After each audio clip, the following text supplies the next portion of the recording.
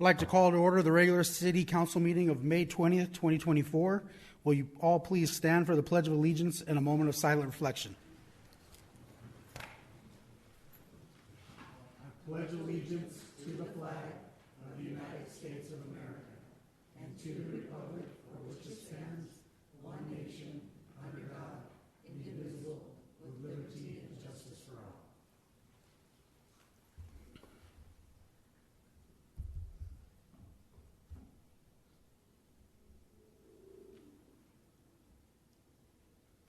Thank you. Item 1 is roll call. Julie, will you please do the roll call? Councilmember Conde. Here. Councilmember Nielsen. Here. Councilmember Solario. Here. Vice Mayor Pineda. Here. And Mayor Weiss, Councilmember Malone, and Councilmember White have excused absences tonight. Thank you. Ron, next item, please. Thank you, Mr. Vice Mayor. Up first, we have our Development Services Department. Jody, our director, will make the presentation of new employees.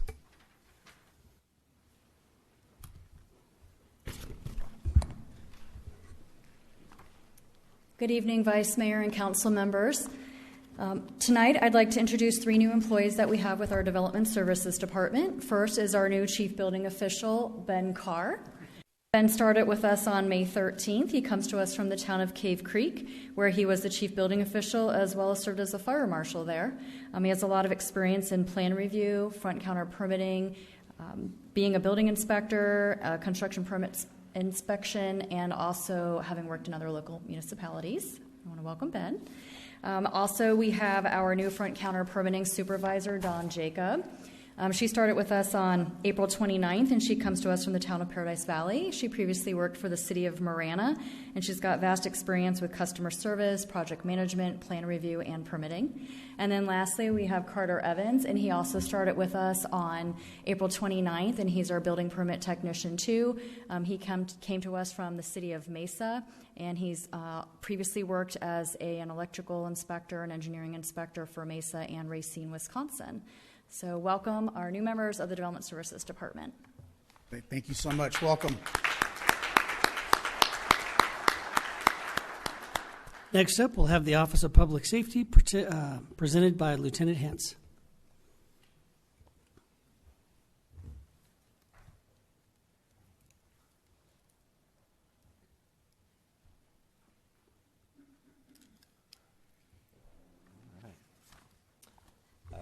Good evening, Vice Mayor and Council members. My name is Matt Hintz, Public Safety Lieutenant with the Office of Public Safety. I have the privilege this evening of introducing a few of our new hires and promotions. First, we have Carlos Cano, who is our newest addition to the Code Compliance Unit as a Code Compliance Officer. He comes to us from Glendale, where he has 24 years experience and is a retired police officer with Glendale. He was born and raised in Arizona and currently lives in the West Valley. Next, we have Sergeant Paul Wilson with the Municipal Security Unit. Sergeant Wilson has been with the city since 2016, where he had 5 years as a detention officer for the police department, and then was promoted to detention officer sergeant with 2.5 years experience as a sergeant and supervisor there, before he was promoted to municipal security sergeant during our competitive testing process with internal and external applicants. And finally, we have Joshua Perez. He is our newly promoted code manager for the Code Compliance Division. He has 12 years experience in the code compliance field. He came to us from Glendale in February of 2021, where he took the senior code officer position for us. From October 2023 to March of this year, he acted as our interim code manager while we went through a competitive testing process to select ultimately him as the new code compliance manager. It was a very competitive process, and he clearly showed he had all the skills, knowledge, and abilities that we needed, and he's currently doing an outstanding job in the position. Congratulations and welcome, and thank you. Appreciate it.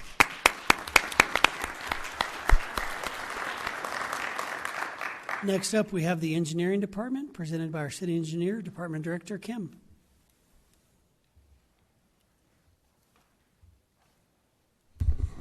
Hi, good evening, Vice Mayor and Council. Tonight I'm proud to introduce our new associate engineer, Raul Zazueta. This is his second week of work. He reports to the assistant city engineer, Elizabeth Kahn, and will be working with other plan reviewers on civil engineering plan review and permits for developments, road projects, and utility projects, and other types of civil construction. He has many years of experience in Arizona and has also worked in the private sector as a consultant doing plan review for the city of Goodyear. He was born and raised in Mexico along the West Coast. He's a civil engineer and a registered PE with the state of Arizona. He likes to travel and cook. He has a toddler and a brand new baby. And I'm excited to welcome Raul to the team. Welcome, Raul.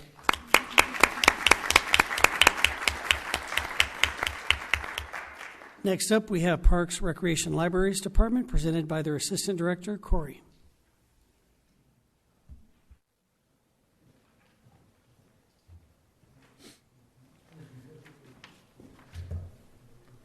Good evening, Vice Mayor and Council. Tonight I'm excited to introduce you to 3 new employees joining our team. First up, Allie Modrell is a recreation programmer joining us as a brand new recreation programmer who's going to be working at the Mountain View Community Center, helping us oversee the new summer camp. Allie. Allie has her Bachelor's of Science in Marketing and Advertising from GCU. She has 1.5 years experience in program development and 2 years of experience in marketing, and her favorite hobby is photography.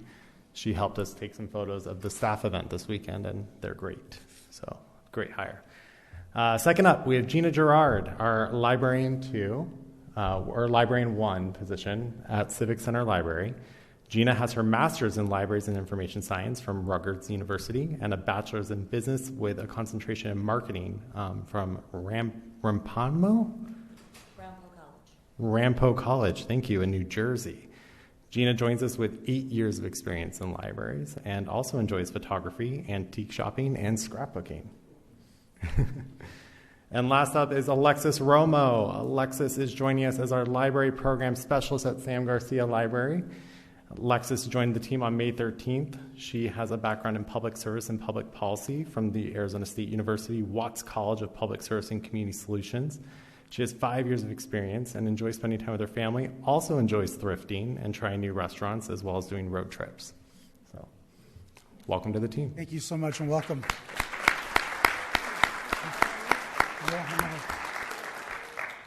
Next up, we have Fire and Medical Department, presented by their Fire Chief, Larry Rooney.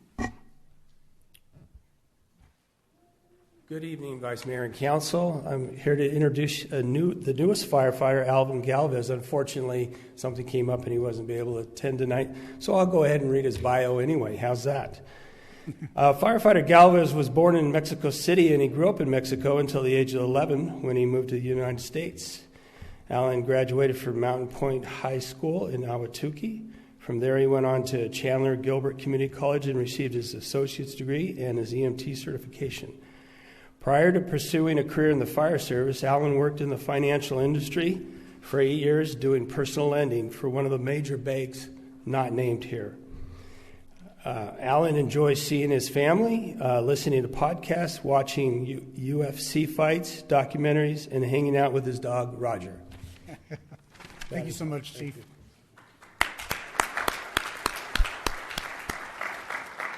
And lastly, we have a Public Works Department, and the Director of Public Works, Kirk, will present. Oh, big department. Good evening, Vice Mayor and Council. It's my pleasure to introduce some new employees with Public Works that joined us in the last couple of months. Tonight, we don't have a video. They're all here in person, so we're excited about that. First off, Adam Balowski. He's our new Water Quality and Compliance Supervisor. He joined us on April 15th.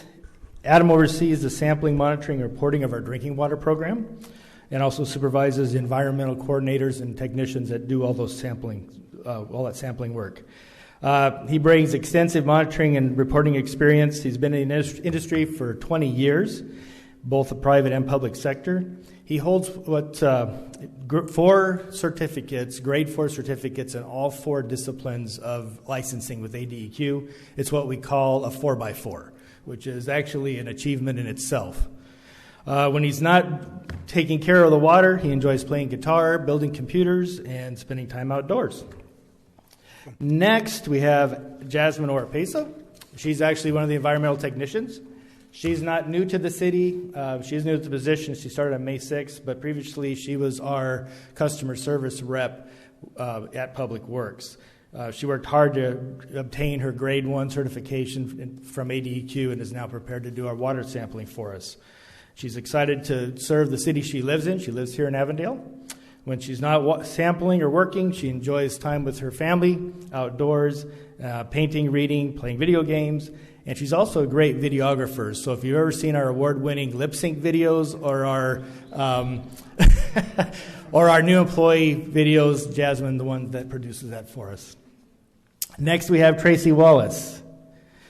Tracy is a senior water reclamation facility operator who joined us at the end of April at the Charles M. Wolf Water Resource Center. So he has 23 years of experience in water reclamation in the state of California, where he retired in 2017 as a plant supervisor. He holds a bachelor's degree in public administration, an associate's degree in liberal arts, an associate's degree in environmental sciences, and holds an ADEQ grade 4 certification in wastewater treatment and a grade 2 in water treatment. So we have lots of licensed folks on our team. Next, we have Tommy Estavillo, Street Maintenance Worker 2. Tommy joined us on April 15th. He previously worked in the city of Surprise for 25 years, where his responsibilities included repairing and maintaining pavements and sidewalks, operating heavy equipment, and using his construction skills. He's got a Class A commercial driver's license. He's participated in training such as the GTS Supervisor Academy, Flagger Certification, Traffic Control classes.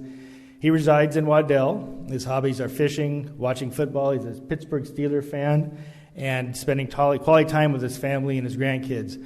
Tommy is the second Estavillo in our Public Works Department. He has a son that works in our Water Distribution Division. Nice. And then finally, we have Javier Machuca. Javier is a Street Maintenance Worker 1 who joined us on April 29th. He previously worked at Safeway as a butcher for 11 years, where he received Employee of the Month twice, and his main duties were processing meats and compliance with quality inspections. He's also worked part-time as a gardener in residential landscape, so he'll help us with a lot of the median landscaping and things like that. He's a big sports fan in Arizona, Cardinals, Suns, Diamondbacks, and enjoys also outdoor activities and watching movies. He lives close by in Tolleson, so he'll be great when we bring him in for on-call in the middle of the night. Not to be outdone by the Estavillos, however, Javier is the second Machuca family member in the department. His father is one of our solid waste supervisors, and he has a sister working in the court. So Machucas are everywhere. Please welcome our new employees. Thank you so much for being here. Good job. Appreciate that, and thank you all for choosing Avondale to further your careers. We appreciate it. Ron, next item, please. Thank you, Mr. Vice Mayor. Also, we'll be doing pictures at the end of the proclamations, and so if they could stick around and get the picture with council. So we have up a, National Public Works Week. Funny, Kirk, hey, you're up. Good evening again, Vice Mayor and Council. This week is National Public Works Week 2024.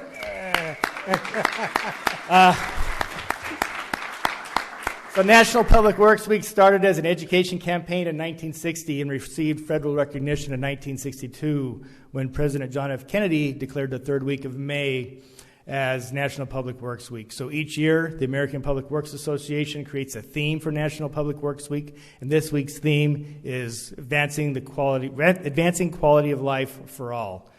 Public Works contributes to advancing and enhancing our quality of life no matter where we live in the world. This year's theme shines a spotlight on the ways public works professionals provide essential services that lead to healthier, happier, and more vibrant communities. So public works, the industry incorporates many areas included but not limited to streets and transportation, water and wastewater, utility, fleet services, administration, solid waste and recycling, and incorporates city, county, state, and federal programs, as well as the consulting and contracting community. In Avondale, public works-related services are provided by the Public Works Department, as well as members of the Facilities, Engineering, and Parks Department. So I would like to recognize and honor them as well, and maybe have them all just quickly stand up since we got a lot of folks here today. If you all wouldn't mind standing, Engineering and Public Works.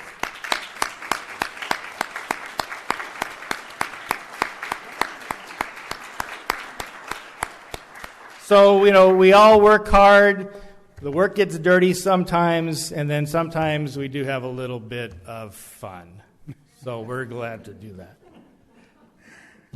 that. Your Public Works Department employs 110 full-time staff supporting services 24 hours a day, 365 days per year. This week is an opportunity to provide education about the work of Public Works. So we're offering tours of our operations again this year. We had one this morning. We'll also be recognizing and celebrating and thanking the men and women of the department and the industry who really work hard to make life civilized for all of us. So with that, you've seen the group folks that are here. We would really be honored, Vice Mayor, if you could read the proclamation tonight. I will, and thank you so much, Kirk, for everything you provided and everything that your department does for the city of Avondale. We really appreciate it. All right, so I'll go ahead and read the proclamation for National Public Works Week. Whereas the City of Avondale Public Works professionals focus on infrastructure, facilities, and services that are of vital importance to sustainable and resilient communities and to the public health, high quality of life, and well-being of the people of Avondale. And whereas these infrastructure facilities and services cannot be provided without the dedicated efforts of public work professionals who are engineers, managers, and employees at all levels of government and the private sector who are responsible for rebuilding, improving, and protecting our nation's transportation, water supply, water treatment, and solid waste systems, public buildings, and other structures and facilities essential for our residents. And whereas it is in the public interest for the residents, civic leaders, and children in Avondale to gain knowledge and to maintain an ongoing interest in understanding the importance of public works and public works programs in their respective communities. And whereas the year 2024 marks the 64th Annual National Public Works Week, sponsored by the American Public Works Association, Canadian Public Works Association. Now, therefore, I, Mike Pineda, by virtue of the authority vested in me as the Vice Mayor of the City of Avondale, Arizona, do hereby proclaim the week of May 19th to the 25th, 2024, as National Public Works Week in Avondale. I urge all residents to join with representatives of the American Public Works Association and government agencies and activities, events, and ceremonies designed to pay tribute to our public works professionals, engineers, managers, and employees, and to recognize the substantial contributions they make to protecting our national health, safety, and advancing the quality of life for all. Thank you so much.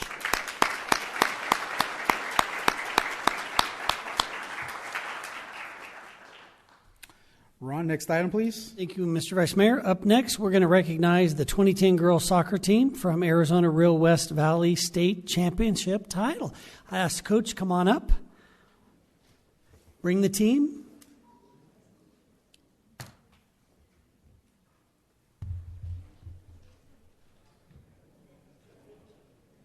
They're a little tired. They just won another championship up north. Oh, just another championship. Good evening, Racking them up. Vice Mayor, Council members. My name is Todd Whitney from the city of Goodyear, actually. And why am I here today?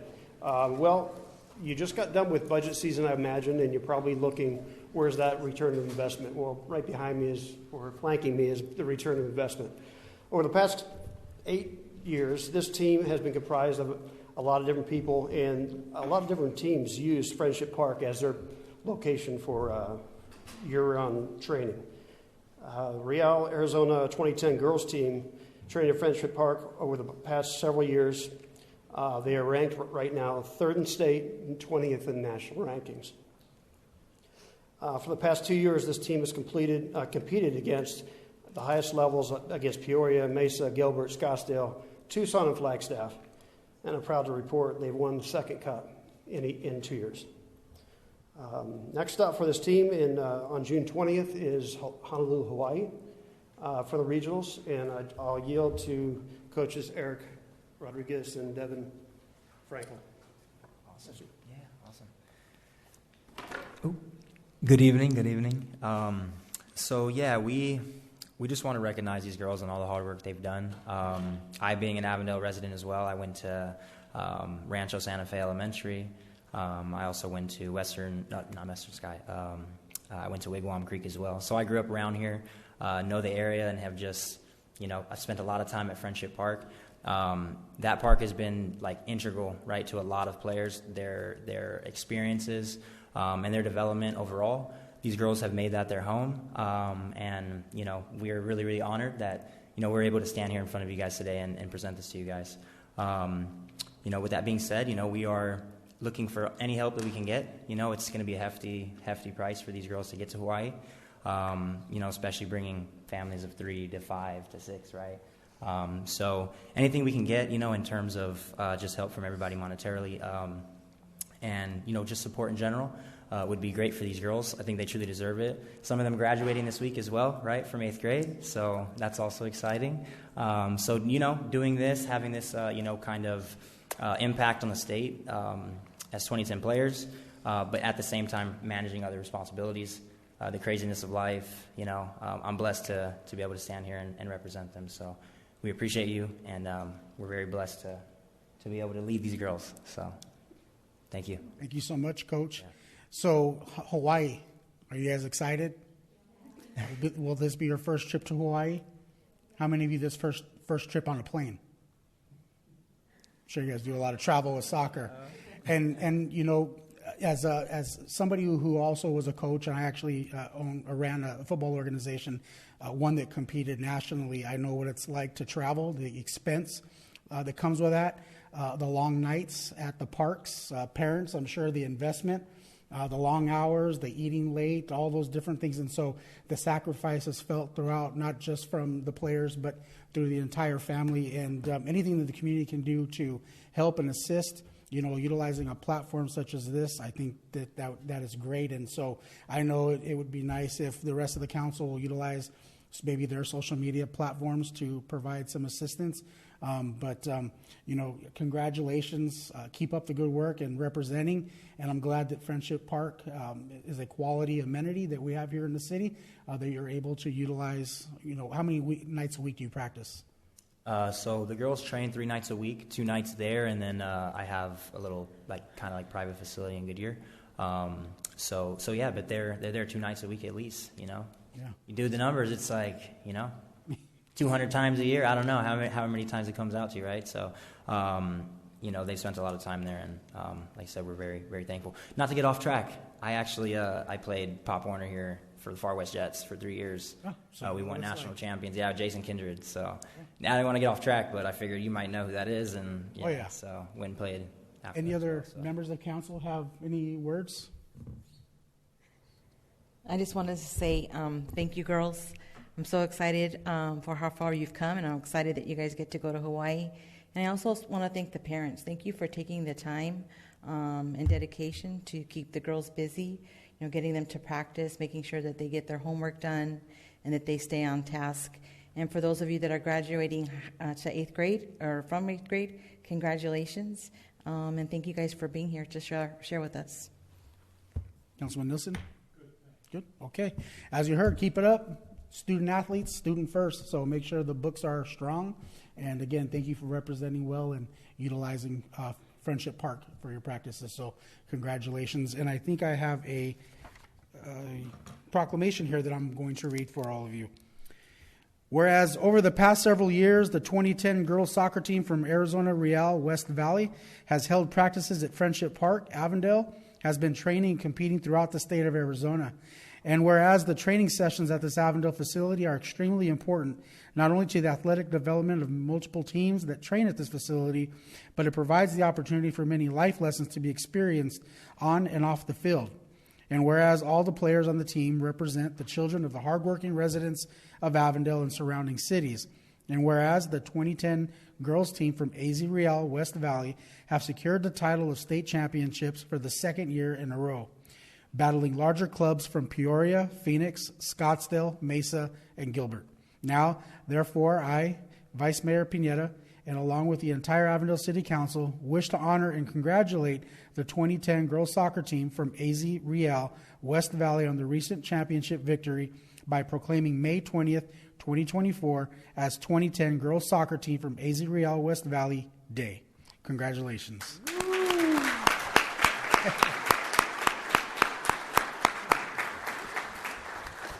Thank you so much. And I think we're going to take pictures as well after. Yes, we have one more presentation, team. If you would come back down after that and get a picture with council members.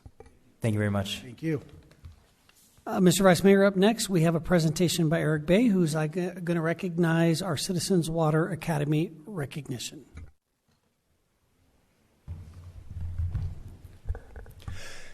Good evening, Vice Mayor, members of council. My name is Eric Bay. I'm with Public Works, and I'm excited to talk about this next item tonight.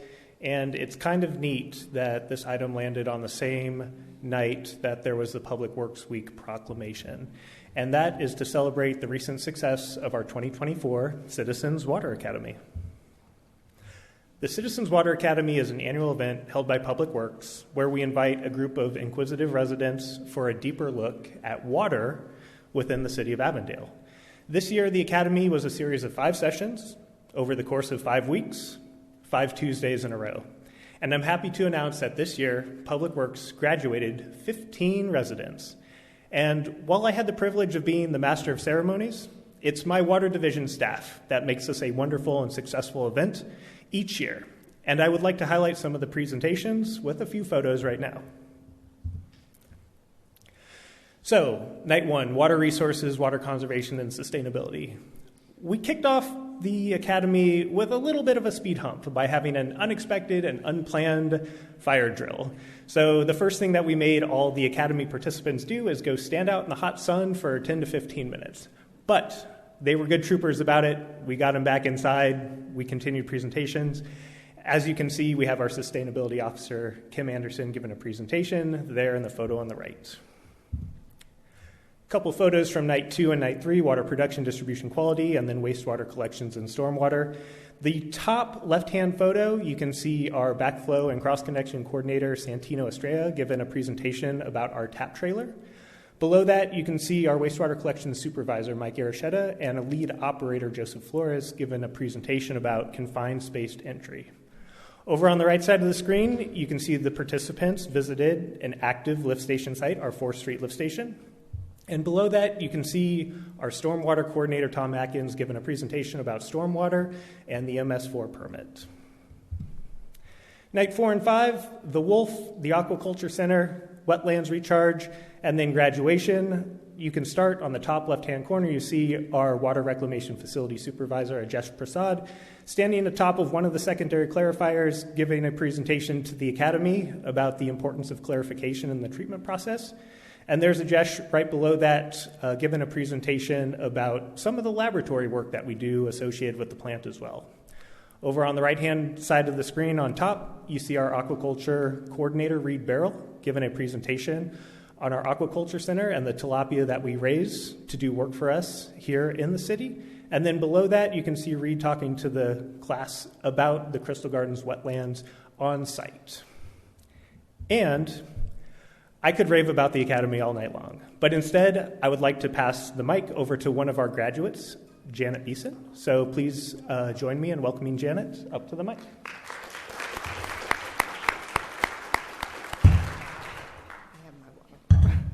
Thank you very much, and thank you for the opportunity to let me talk a little bit about my reaction to this wonderful class. I have been part of Avondale since 1977, so you can figure the numbers there.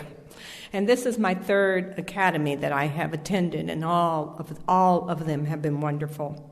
This evening, I'd like to focus on just 2 things about the Water Academy. You gave a great review, and so I just want to talk about my feelings about the dedication of people who work in Avondale. The employees here, and it's been part of every single, oh my gosh, I just saw that picture. I'm sorry. It has been a part of every single academy. The employees seem to be so dedicated. I thought it was in the water, but now that they have explained all the water quality, I know it wasn't quite in the water. Everyone seems to care about their job and also willing to share with us what they do, and what we need to know. We were able to understand. Maybe there was a lot more that they told us than I understood, but I do know about the water resources, the conservation, sustainability, production, distribution, and water quality.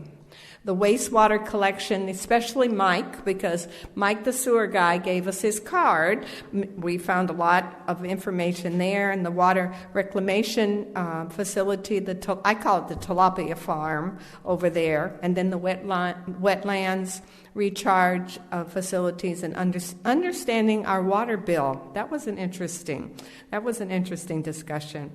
I want you to know that everything and everyone was very professional. It was very well done. So that's one. Number two, as a resident, I thought maybe you'd like to know what effect this had on me. So number one, I can tell you, do not use a disposable water bottle in the first night they gave us an Avondale water bottle. Number two, do not flush any wet wipes down the toilet. So I have shortened my shower. In fact, my granddaughter was over the other day, and I said, I'm going to take a shower, and came back, and she said, that was a quick shower. So I've shortened my showers. I am much more careful about running water, particularly, washing my teeth and things like that when you just leave the water on. So I'm careful. I'm strategic also about how I use water in my lawn and my garden. They did give us during the every week, they gave us something. Water bottle was the first one. What was very interesting is they gave us a toilet tank bank. I don't know if you've ever seen that, but you put water in this water bottle, put it in your toilet, and you can save water that way, also save money. That's what it says on there. So there are programs. We learned there are programs in the city that help us save water at home.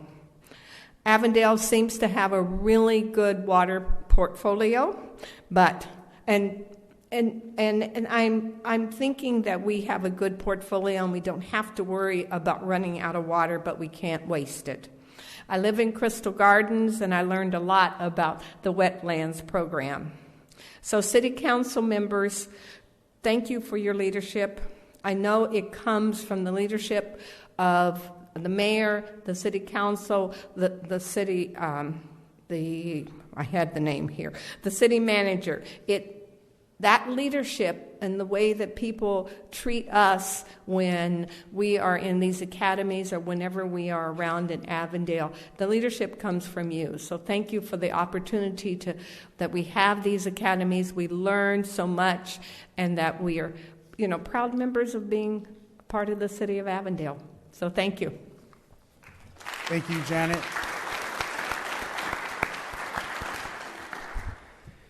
And Vice Mayor, we have more members, graduates from the Academy that are ready for a photo whenever you're ready for us. With that, I'll take any questions. Perfect. Thank you so much, Eric. And, Janet, as a former educator, I appreciate you sharing how much education you received throughout the service. And more importantly, the water bottle. I admired that water bottle. I don't even have one of those yet, so we're going to have to make sure that we attend the training. By the way, Eric, when is the next class, if you don't mind sharing, for the residents? Yeah, absolutely. Vice Mayor, members of council, Water Academy is an annual event. Please sign up next April. Next April. Okay. Councilmember Condi, do you have anything to add? Nope, you pretty much said it all. Just thank you guys for taking the time to attend the class, and thank you to staff for doing such a great job. Councilman Nissen? I just want to say thank you to the Public Works, and particularly the Water Department that does the work in trying to get our residents to understand what's going on with water. If you listen to the news today, you're going to hear that we're completely out of water. But if you come to where it really happens, Avondale, wherever, Goodyear, whatever, you'll be able to see and understand that we have properly planned for the future. And I would just challenge or invite you who have participated in this, but when you hear a neighbor or you hear something on the radio, television, shut it off. You know what's going on here in Avondale. But just give them the truth, what you've seen, what you've done, what you've participated. As the Vice Mayor said, education is important. And as you know these things, share them with your neighbors, share them with the others. That'll allay some of the fears that they might have, rather than all the stuff that goes on around us on the social media and other places today. So just thank you very much. Continue your good work. And let's be on that one so we can get a water bottle next year. Mr. Vice Mayor, sorry for interrupting. I was wondering if we could have the whole class stand up so we can recognize them before they come up and take their picture, because I don't know that we did that. So if we could have the Academy, the Water Academy graduates stand up so we can recognize them. Thank you.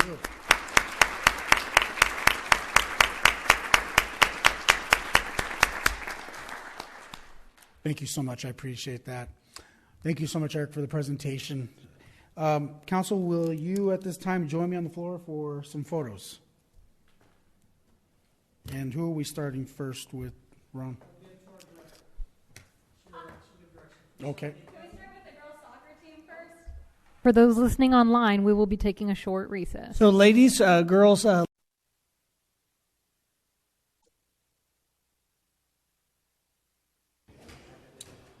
Okay. Item 3 is unscheduled public appearances. Julie, do we have any requests to speak? Vice Mayor, nothing tonight.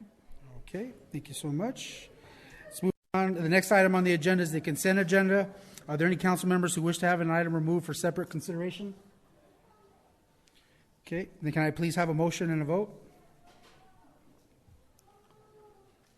Got a motion by Councilmember Nielsen, seconded by Councilmember Condi. Let's vote. Councilmember Solario, how do you vote? Aye. Thank you. Sorry about that, Councilmember Solario. Okay, item passes. Ron, next item, please. thank you, Mr. Vice Mayor. Waiting for the machine to, does the prompter need to show the vote? It usually gives, yeah, we're missing the answers. Just for the record, we don't have the yay or nays.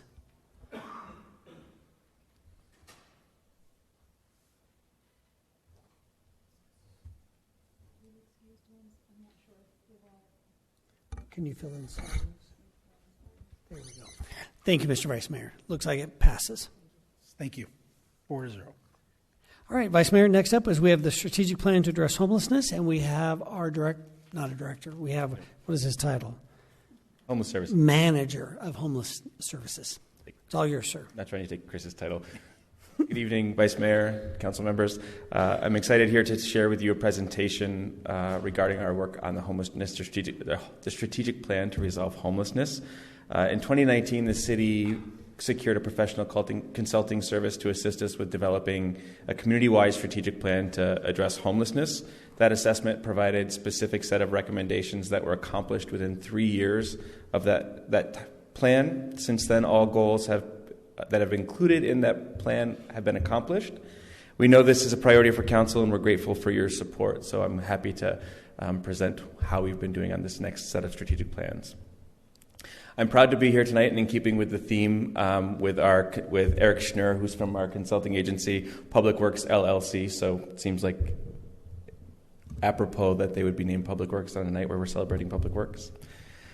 In 2019, we made a formal commitment to strategically address homelessness through a partnership with Maricopa County. That relationship has been fortified over the past 5 years as the city worked to establish the Homeless Services Division within the Neighborhood and Family Services Department. In November of 23, following a formal procurement, we engaged with Public Works LLC, and since that time, the team from Public Works has conducted interviews, small group discussions, focus groups, surveys, a public symposium, interviews with staff, yourself, elected officials, service providers, municipal partners, teachers, schools, faith groups, and individuals with lived experience. Tonight, I will present a high-level overview of the plan, highlighting selection of the 76 recommendations and findings. The plan itself is a 161-page comprehensive document that we will use to guide our work over the next 5 years. We will continue to evaluate the cost and feasibility of all these recommendations, and given the holistic nature of the evaluation, we will continue to work and bring back our accomplishments to you as we work through the plan. So tonight we're providing some background, reviewing the process, sharing our next steps, and seeking any input that you may have. This slide captures the main points of the executive summary within the plan. The plan states that without a concerted effort to help more people stay housed and to ensure that Avondale produces and maintains a diverse housing portfolio, the city could expect to spend more to reduce homelessness, as the number of homeless residents will likely increase. Avondale is therefore pursuing a comprehensive strategy for addressing homelessness with clear implementation steps in the short, medium, and long term. I'll highlight the current environment that exists using data and circumstances from Public Works team, but I'll also it also provides context to the current crisis as well as revealing possible strategies and solutions. We begin with a definition of homelessness. How homelessness is defined varies depending on the funding agency. There are varying definitions among funding agencies and cities, none of which aptly capture the scale of homelessness. We often talk about hidden homelessness. Those are people that may not identify as homeless because they're sleeping on someone's couch or on a porch or in a backyard, but it also includes families who commonly are unlikely to interface with the homeless services system for fear of losing their kids. Homelessness population. As the population of Avondale has grown, so has the number of individuals who experience homelessness. The number of unsheltered individuals in Avondale has increased sharply from 5 in 2014 to 45 in the 2023 point-in-time count. The responses to the lived experience survey indicate that the top leading condition leading directly into homelessness is that they were no longer able to stay with friends or family.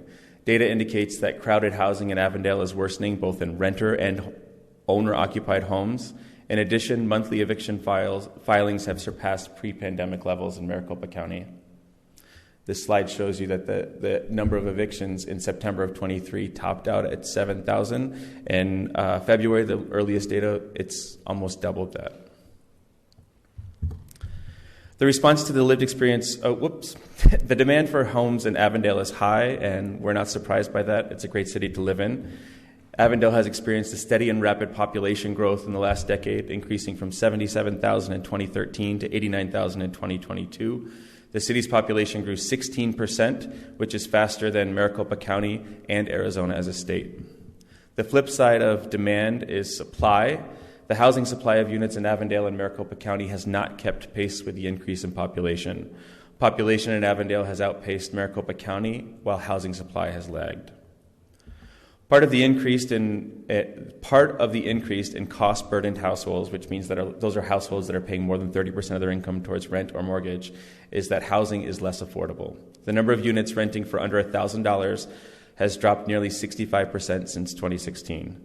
Additionally, between 2025 and 2030, as many as 535 federally subsidized units in Avondale face a lapse in affordability agreements.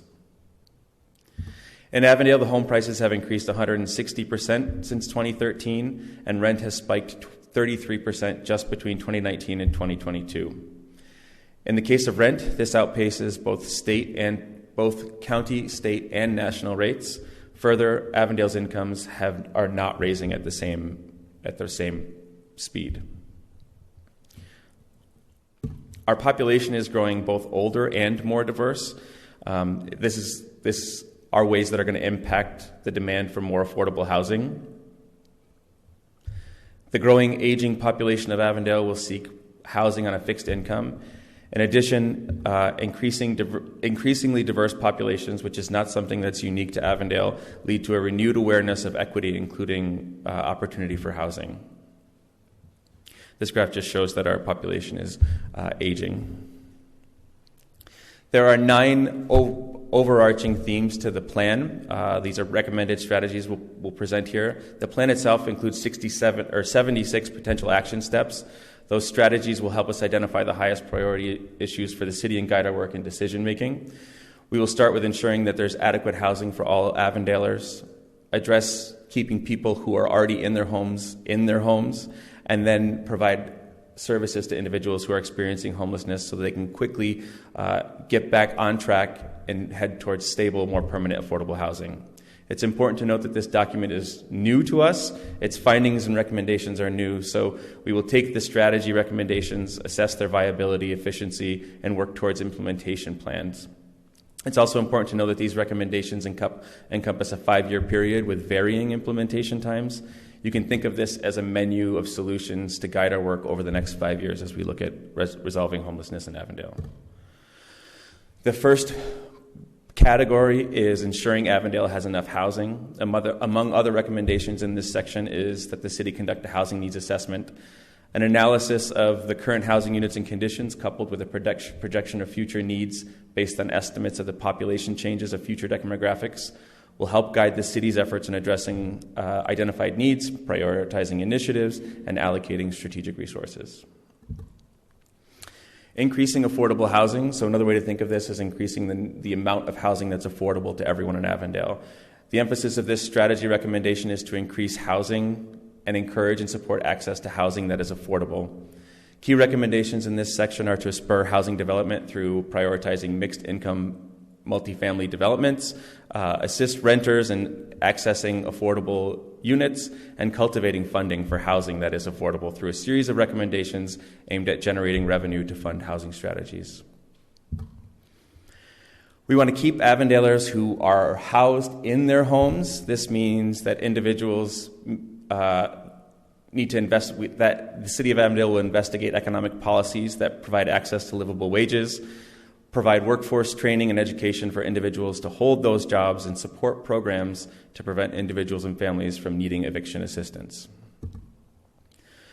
If a family finds themselves in the precocious space of an impending eviction, and they need to have access to eviction prevention resources. The recommendations in this category include investing in collaborations with landlords to prevent evictions, finding new opportunities for eviction prevention funding, and participating in predictive modeling, such as the Tri-University Collaborative AZ Hack. This uses predictive analysis to identify families that have engaged with county services and have caseworkers reach out to those families, offer services, and help them maintain housing that they have.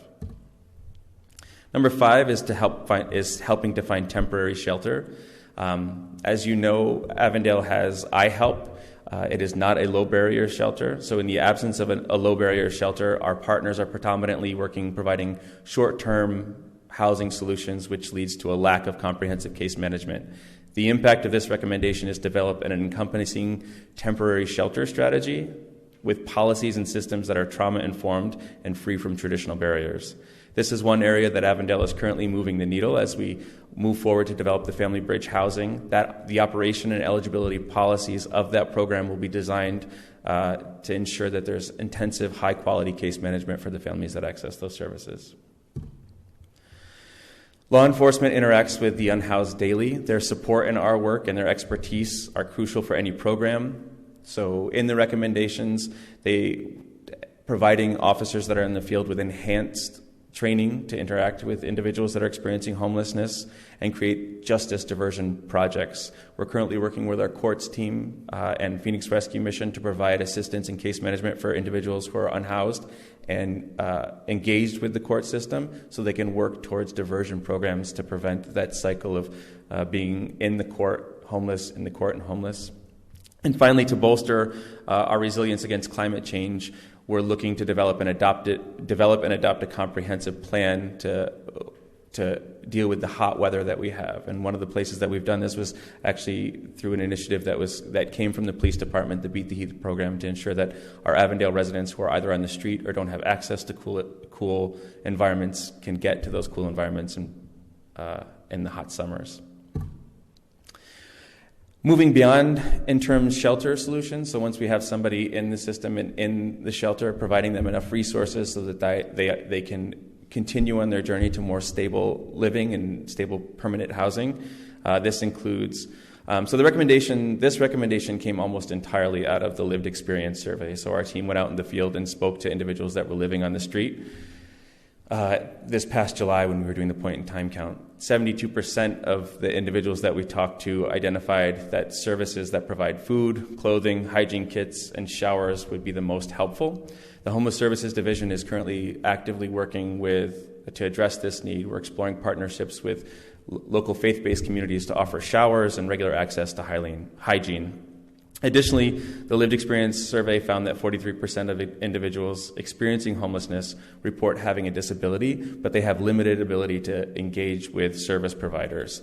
So that gap in available resources The city is working to capitalize on our current partnerships with health providers and will continue to identify ways to strengthen existing partnerships and further pursue them.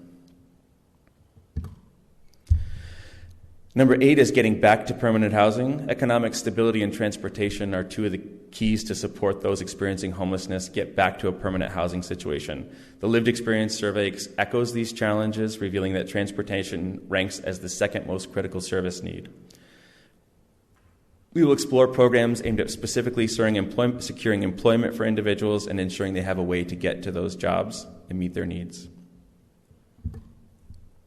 And number 9 is the interdepartmental response and operations. This recommendation addresses the municipal superstructure as well as the operations of the sonar team. The recommendations improve on our relatively young homelessness response system to ensure services are widely known throughout the city, that our communication within and between departments is efficient and clear, and that our responsiveness to the community is timely, coordinated, and concise. We will collect and report data that is accurate, relevant, and use that data to guide in planning and decision making. Over the next several months, as we engage with teams and leadership across the city and consider these recommendations and this plan, I look forward to returning to present the results of those efforts in the form of a finalized strategic plan. And now I'm open to questions, comments, direction. Thank you for the presentation. Sorry about that. At this time, I'd like to open the floor for comments, and I'm going to start with Councilmember Solorio. I skipped her a couple of times, and I apologize for that. Thanks, Mike. Brian, thanks for the presentation. I can tell you that, I appreciate, I'm sure we all do, everything that everyone has done to really put this into focus and, really see the outcome from this. I know that I personally, when I travel, such as when I've gone to NLC events and such, and I'm given the opportunity to sit at table with other council members and other folks and other state representatives, and we start talking about homelessness, because that is an issue that comes up quite a bit when you're at these conferences, I always carry the extra cards with me. And I'm so proud and happy to share the work that you guys are doing with the sonar team, with everything, the results, what you guys are seeing out there when you're doing your point-in-time counts. So I just want to thank you and your staff for that, because I will tell you that when we start talking about those things with other council members, and I said in state representatives, we are far ahead of the game, and they often say, wow, I need to go visit, or they'll take their phone and go to the website and look and see what we're doing as a city to help with this. So I just want to thank you and your team, because I know it's work that's, often thankless, and it's something that's continuous, and you guys are doing a phenomenal job. Thank you, Councilmember. Thank you, Councilmember Solorio. Councilmember Condi? Thank you, Vice Mayor. Thank you, Brian. What a great presentation. There was a lot of data to look over, but what I was impressed at is things are moving forward, and we've kind of pivoted, right, from what homeless looked like even 4 or 5 years ago, pre-COVID. For one, COVID happened. For two, we're kind of dealing with something new with the fentanyl, because that wasn't something that nobody thought was going to come. So thank you and your team for all that you guys do. You guys do great work out there in the community. I love the fact that you guys are out there building relationships, because I think talking to people that are unsheltered, gaining their trust is a big thing to get them to want to come off the streets and make a difference. One thing I did have a question on is just being in the community, talking to people, and some of the things that people talked about was, the need for better paying jobs. Someone that I talked to was just like, I kind of like where I'm at now, because if I start making more money, I'm going to have to pay for childcare for my children. So affordable childcare was something that someone had mentioned to me. But I said, then we need to get you better job skills so you can have a higher paying job. So it's kind of like talking to them, understanding the needs, and kind of addressing them. Really, case management is critical. And thank you for that, Councilmember Condi. And that's one of the pillar under the pillar of getting back to permanent housing. The city, we're going to look at how do we get people back to employment, back to a place where they can sustain and be self-sufficient in their own homes. So it is a dense 161-page document, but those are some of the programs that our consultant has recommended that we look at across the country. So that's in there, making sure that families can go to work and have childcare. Thank you. I appreciate that. And another thing, when we provide utility assistance, rental assistance, any type of assistance, are we just giving them what they need, or are we giving them the tools to kind of make sure that that this doesn't happen every month? Are we giving them information on job training skills, connecting them with the Avondale Edge scholarships, different employment opportunities, rather than just saying, here, this is for 1 month, but maybe having those conversations and say, here's a list of some trades that you might be interested, kind of helping them, again, through that process so they don't have to come back every month for utility assistance or rental assistance. One of the beautiful things about the Resource Center is that all of those things exist in one room. So when families do come in to seek assistance, we provide those referrals, and it's much more successful because they're in the desk next door rather than you have to go to another building or down the hall. So your support and having all of those partners be at the Resource Center has really been helpful in addressing exactly what you're talking about, making sure that families receive the help that they need and that are set up in the future to possibly not need that help. Great. And then one thing you mentioned was kind of volunteers or people to provide services for the unsheltered population. And I'm sure you already know the Interfaith Partnership Group has a great pool of volunteers, and a lot of volunteers that have trailers for showers and those types of things to kind of get out there and help these unsheltered folks. So I know that you're probably aware of all those. The Sonar team just received training last week for the Avondale Baptist has a shower, and so we're working through what that looks like for our team to be able to man that at different times. So we are continuing to make those partnerships. We have regular outreach at the food bank and support that team there with their volunteers. So and we're actively involved in the Interfaith Council. Yes, thank you for that. And then just one last thing, I just want to say what you said about the bridge housing is having high quality case management. That is so critical for their success. You know, those 6 homes are for transitional housing. So I'm very hopeful that we're going to get a strong case management team that can get them out of those housing units into something more permanent, so that we can bring other families in so they can get the support that they need. So thank you guys again for all that you guys do. Thank you. Thank you. Councilmember Nielsen. Thank you very much. I appreciate Avondale's insight with the Resource Center. I've been and talked to a number of other communities around there, here and either and out of state. They can't believe that we've got all of that in one location. So we are blessed to have that there. But I just have a couple of questions for you there tonight. On evictions, what's the process to, you said 7,000 plus, I think, in Maricopa County. In Avondale, if someone is evicted, does that go through the police and the police then pass it on to you? It goes through the county, through the court system. Yep. Through the court system? Yep. Okay. And Arizona has a relatively expedient eviction process. Uh-huh. So there are some programs throughout the state and through county that can help families that are facing eviction, but it tends to be a pretty rapid process once it happens. So it's not that it not drags out for months and months, but it can be. Not since COVID. No.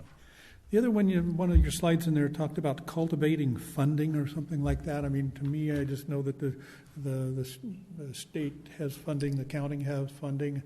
What other sources do you see as possibilities that you're going to cultivate or look for?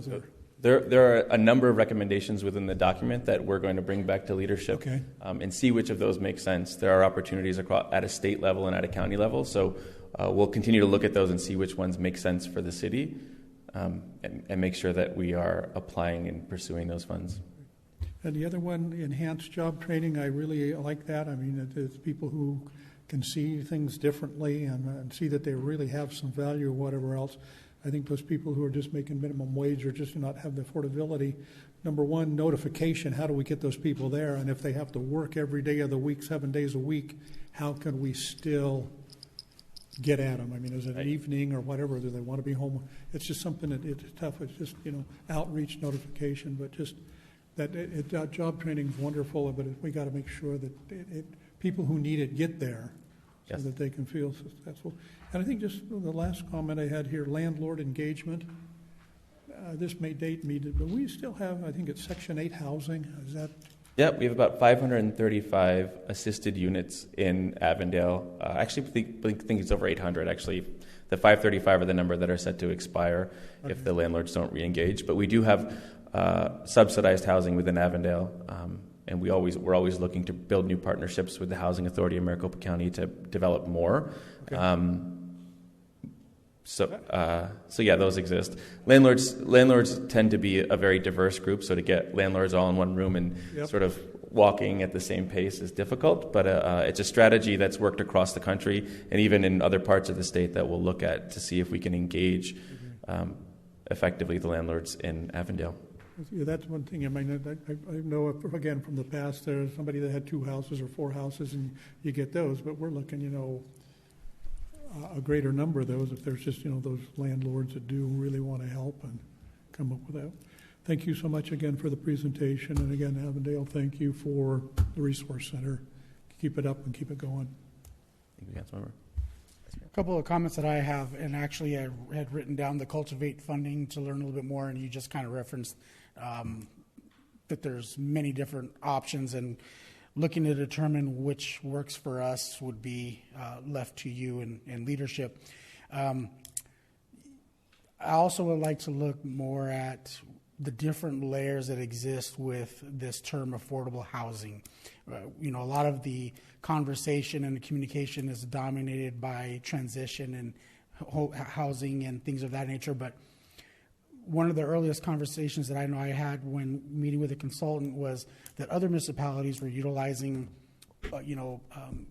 hotels, other buildings, and retrofitting them to create some of these housing. And I think at the time when we talked, we didn't really have that kind of product here, or at least anything that we could use at the moment in time. And so has there been any discussion as to any sort of creative ideas on what we could do to establish these different layers of what is defined as affordable housing, not just for transition, not just for those who have been homeless, but for those who can't afford the $1,900 a month rents, but work. There we have different levels and layers. And so I would like to look at this, and if we can get more information from that standpoint of how we're addressing all these different layers, I think the community would benefit from it. A lot have, and not only a lot at stake with the answer, but more importantly, want to know at least that the city is striving to achieve some sort of, opportunity with those different layers. So I know that's a lot, but can you speak to that? So again, there are 76 recommendations within the plan, and several of those address that need to have a menu of housing costs. So not just shelter, not just high-end housing, but how do we establish that we have a spectrum of housing options in Avondale?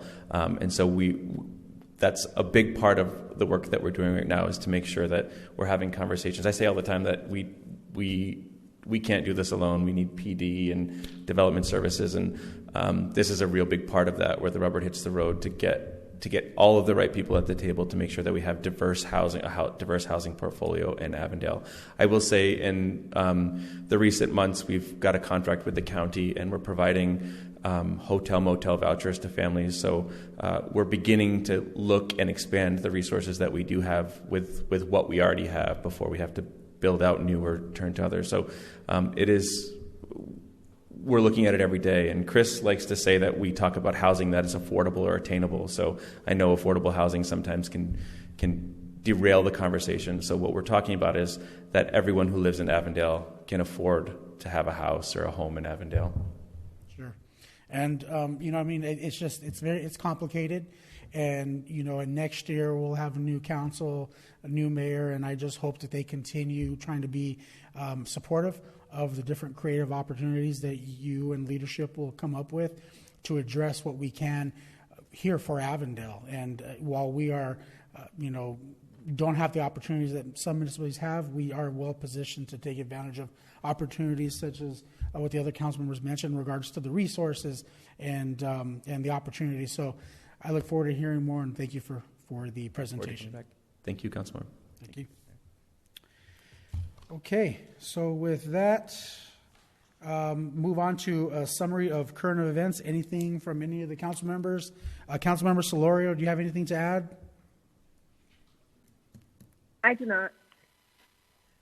Any others? Any other council members?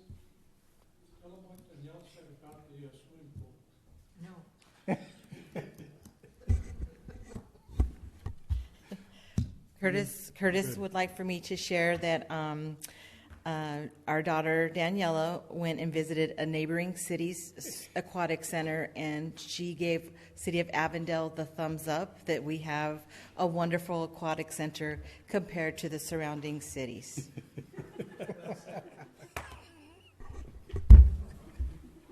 Councilmember Nielsen, anything to share? No. Okay. The next item is adjournment. Can I please get a motion to adjourn? Got a motion by Councilmember Nielsen, seconded by Councilmember Condi. Councilmember Solorio, how do you vote? Aye. Okay, we can all vote. Passes 4-0. Item passes. And for that, everybody have a great evening. Get home safely, and we'll see you at the next meeting.